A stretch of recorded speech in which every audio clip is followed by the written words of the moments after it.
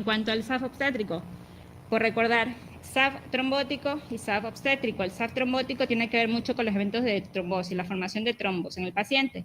SAF obstétrico no tiene nada que ver con la trombosis, sino que son complicaciones durante el embarazo producidas por los procesos inflamatorios de la enfermedad. Los puntos que voy a comentar son la terapia preconcepcional, qué hace durante la gestación, qué hacemos ante una situación de refractariedad y en el posparto. Nos recomienda que como terapia preconcepcional iniciar tratamiento con aspirina 100 miligramos día, inclusive manteniéndolo durante todo el embarazo. Una vez que haya sido confirmada la gestación, además de su aspirina, se recomienda asociar heparina de bajo peso molecular a una dosis profiláctica. Si vemos que estos pacientes, a pesar de que haya sido tratado con lo previamente recomendado, sigue presentando complicaciones, pues nos recomiendan el inicio de hidroxicloroquina, tanto preconcepcional, inclusive lo mantenemos durante todo el embarazo. Se puede asociar o únicamente como única terapia, la prednisona, corticoides, a una dosis no mayor de 10 miligramos día y únicamente durante el primer trimestre. En caso de insuficiencia placentaria, como es la preeclampsia o la restricción del crecimiento intrauterino, nos recomiendan asociar alguna estatina. Dentro de estas, la pravastatina, una dosis de 20 miligramos día desde el inicio de la complicación. Como mencionado, cada una de las opciones es válida. Hay varios estudios en que avalan estas recomendaciones, pero bueno, que no es necesario, no es una guía que te diga exactamente qué hacer, simplemente por probar cada uno de ellos. Las guías nos hablan también un poco de la plasmaféresis y las inmunoglobulinas intravenosas. Bueno, a ver, hay muy pocos estudios que avalan esta terapia, pero bueno, de los pocos casos que se han visto y se han usado estos tratamientos, se ha visto buenos resultados, pero que había que considerarlo, no es del todo seguro.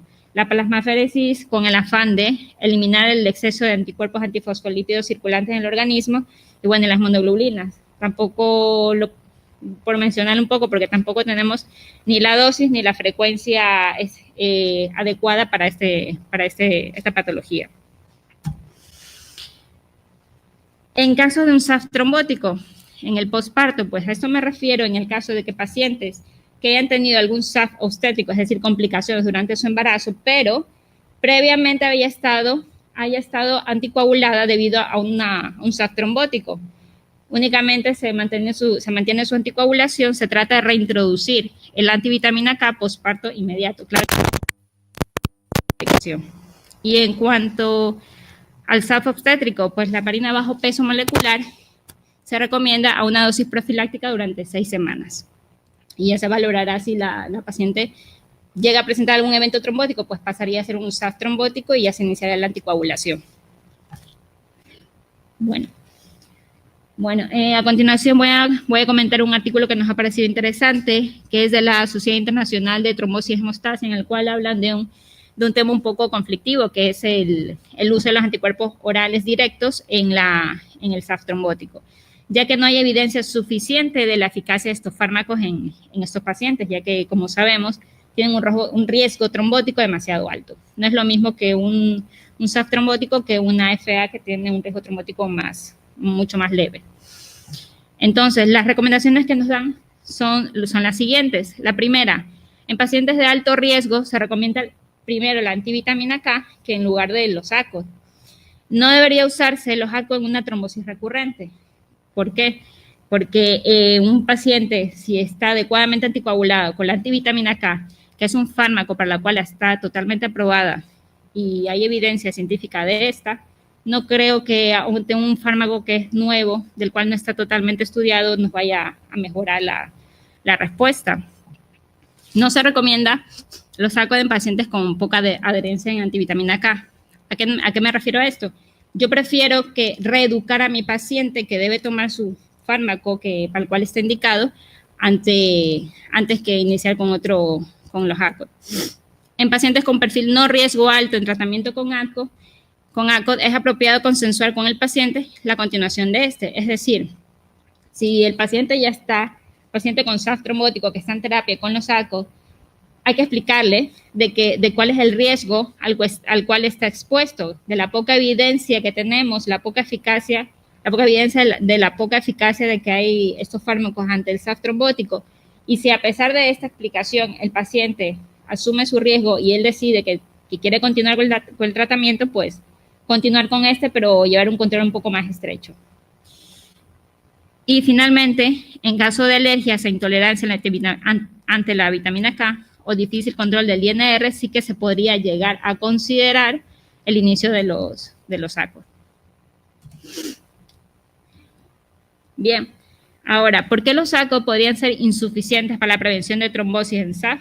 Pues uno de los puntos claves puede ser la mala adherencia al tratamiento, aunque muchos tenemos pacientes que están anticoagulados con los SACO por otras situaciones y que dicen que prefieren mucho más los SACO por la fácil toma y los controles que son menos estrictos que la antivitamina K.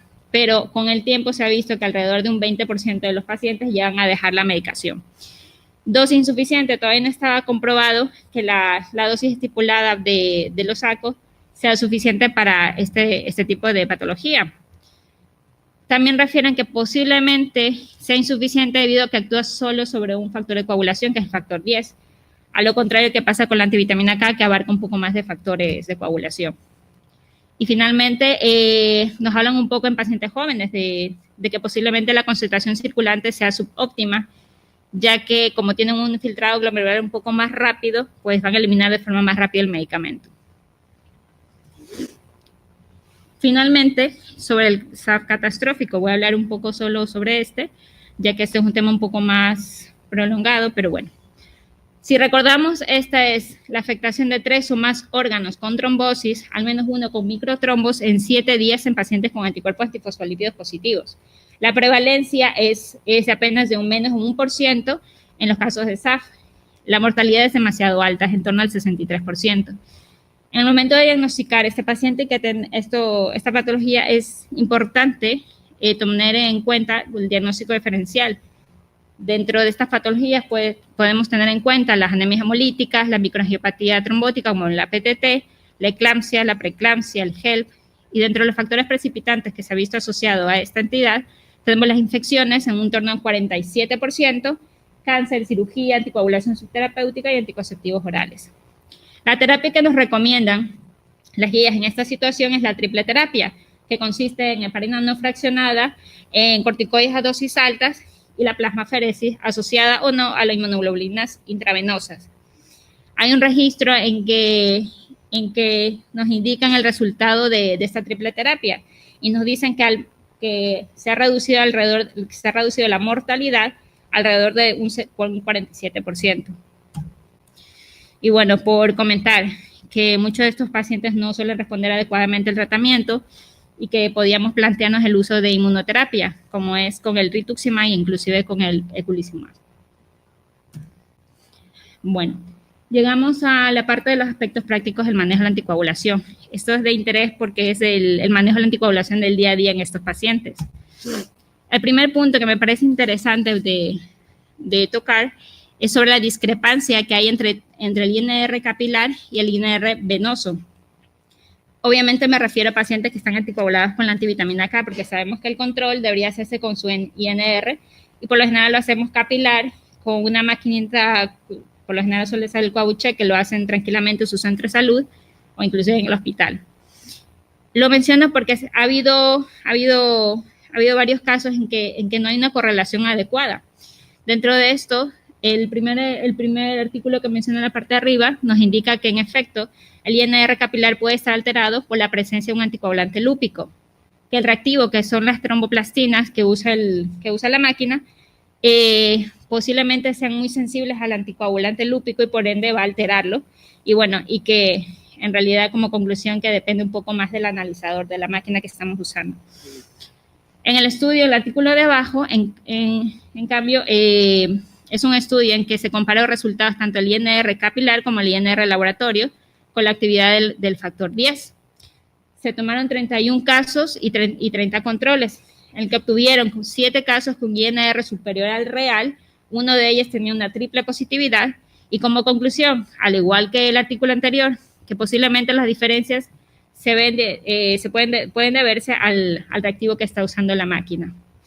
Y si nos ponemos a leer un poco la ficha técnica de la máquina que solemos usar para el control del INR, inclusive ellos nos dicen que la presencia de los anticuerpos antifosfolípidos pueden alterar el INR. Dentro de esta, la elevación del INR. Es una elevación no real.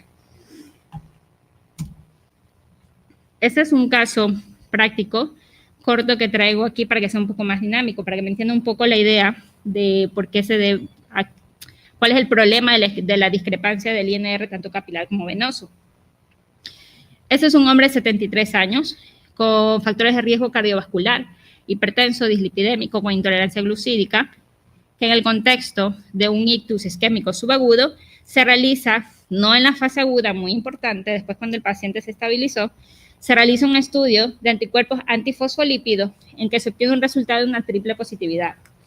Se inicia su tratamiento con el adiro y con la antivitamina K. Este es un paciente que lleva su tratamiento correctamente. El primer mes en que vimos el control estaba en su rango, adecuadamente lo llevaba. Pero en el segundo mes ya vimos un poco de descontrol del INR. Y ante la evidencia, lo que había comentado anteriormente, de que estos pacientes pueden tener una discrepancia de su INR, pues decidimos hacer controles también de INR venoso, es decir, en el laboratorio. Y en efecto se vio que el resultado del INR capilar no era real, sino que en todo momento el paciente estaba en rango terapéutico. Esto es importante porque si vemos que llega un punto en que el INR capilar llega a una determinación demasiado alta, que nosotros cuando tenemos un paciente al frente que tenga un INR de 7, de 10, lo primero que pensamos es, este paciente nos va a sangrar. Lo que hacemos es suspender el anticoagulante de ese día, la dosis de ese día, inclusive llegamos a tratar de revertir el anticoagulante. Esto es un gran error, ya que lo único que estamos haciendo es aumentar el riesgo trombótico, ya que de lo que está en rango terapéutico baja a un rango subterapéutico, lo cual hacemos que el paciente tenga un mayor riesgo trombótico. Posiblemente aquí tengamos las causas de las recurrencias. Y bueno, y para completar un poco este caso, hicimos el mismo estudio en 15 pacientes al azar con el mismo perfil y sí que tuvieron el mismo problema. ¿Qué hacemos para la monitorización de la cefalina?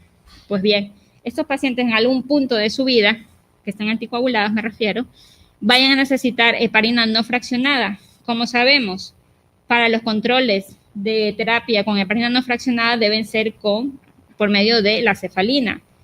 Y de por sí, los pacientes con los anticuerpos antifosfolípidos van a mantener una cefalina muy alta, pues nosotros nos preguntamos, ¿y ahora desde qué base vamos a partir para ver el rango terapéutico que se va a manejar?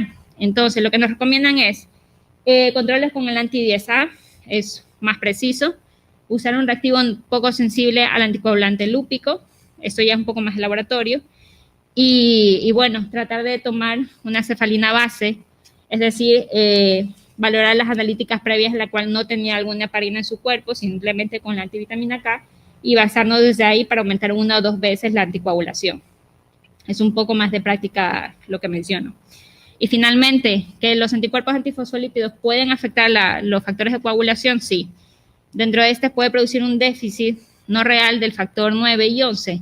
Lo que se recomienda es para una dosificación adecuada de estos factores es diluir la muestra previamente a la dosificación. Y bueno, como mencioné anteriormente, tratar de usar unos reactivos menos sensibles al anticoagulante lúpico.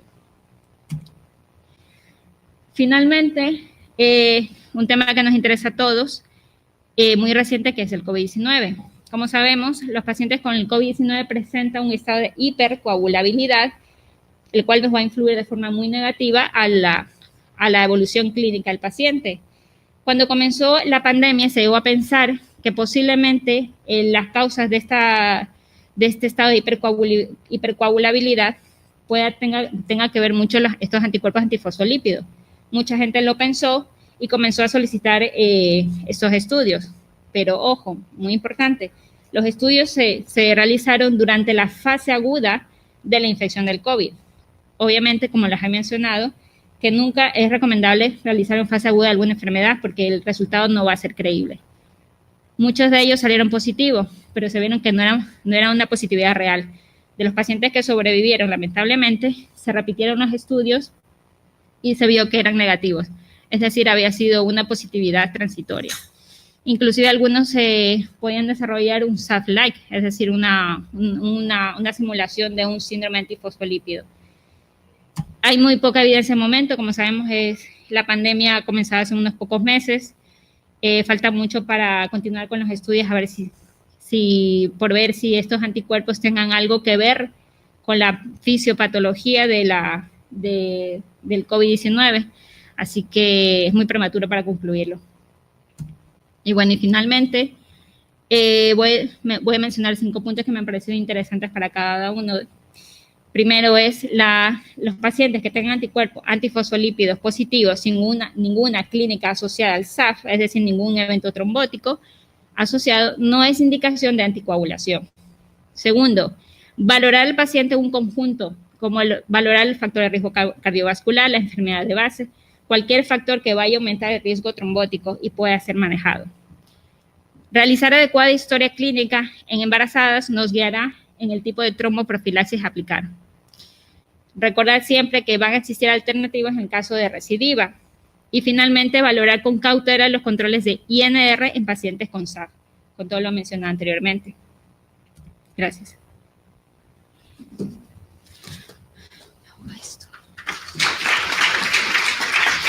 Me quedo con la mascarilla.